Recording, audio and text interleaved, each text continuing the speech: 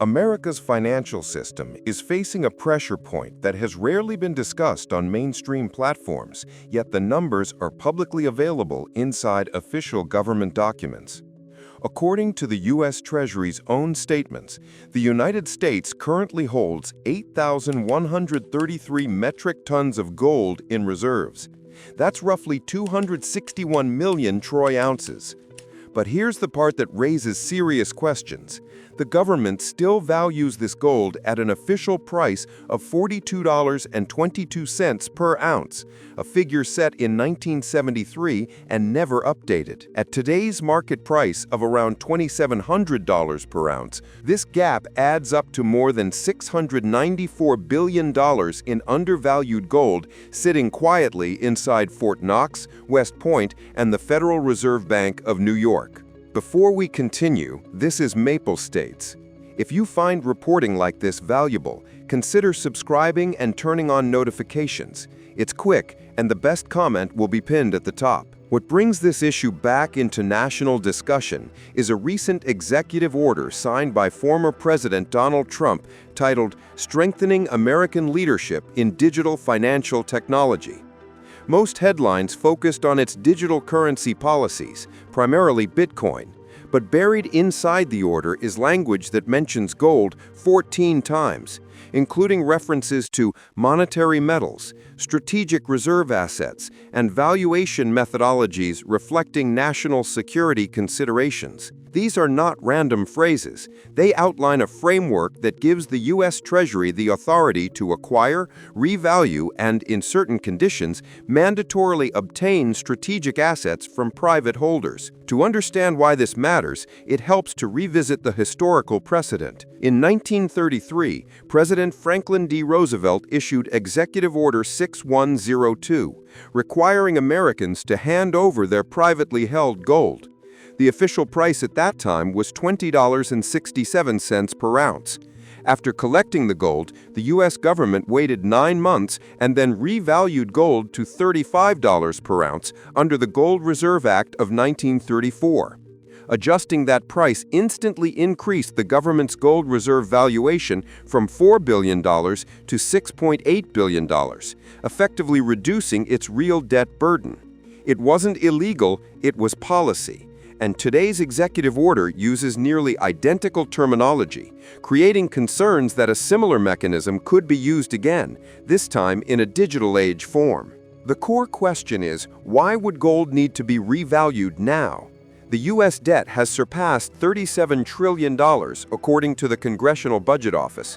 Annual interest payments are already above $1.2 trillion per year, and projections show this could cross $2 trillion by 2027 if interest rates remain around 5%. Economists at the IMF and the Brookings Institution warned that America's debt-to-GDP ratio, currently at 132%, is entering a range traditionally associated with fiscal stress. Inside this environment, gold becomes more than a commodity. It becomes a balancing tool. And when you calculate the number needed to create a meaningful dent in the debt outlook, the math becomes clear. With 261 million ounces of gold, a revaluation to $20,000 per ounce would give the U.S. Treasury a reserve valuation of over $5.2 trillion. Add the executive order's digital asset clause, which mentions Bitcoin held in federal custody, and that figure can rise even higher. This is where the $20,000 number comes from.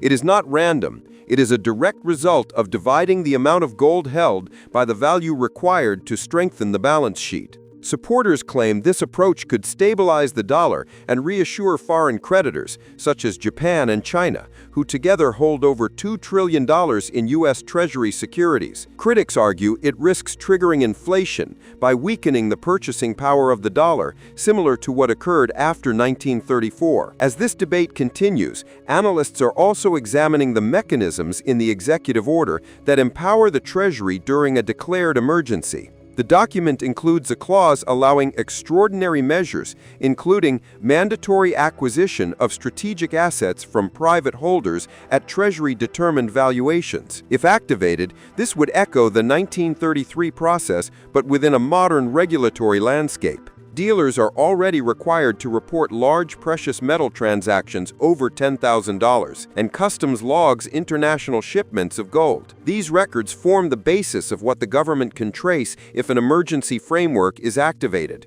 The concern raised by several economists is not that gold revaluation will happen tomorrow, but that the infrastructure for such a move is already being built. Throughout 2025, Treasury working groups have been reviewing acquisition processes, valuation methodology, and storage expansions.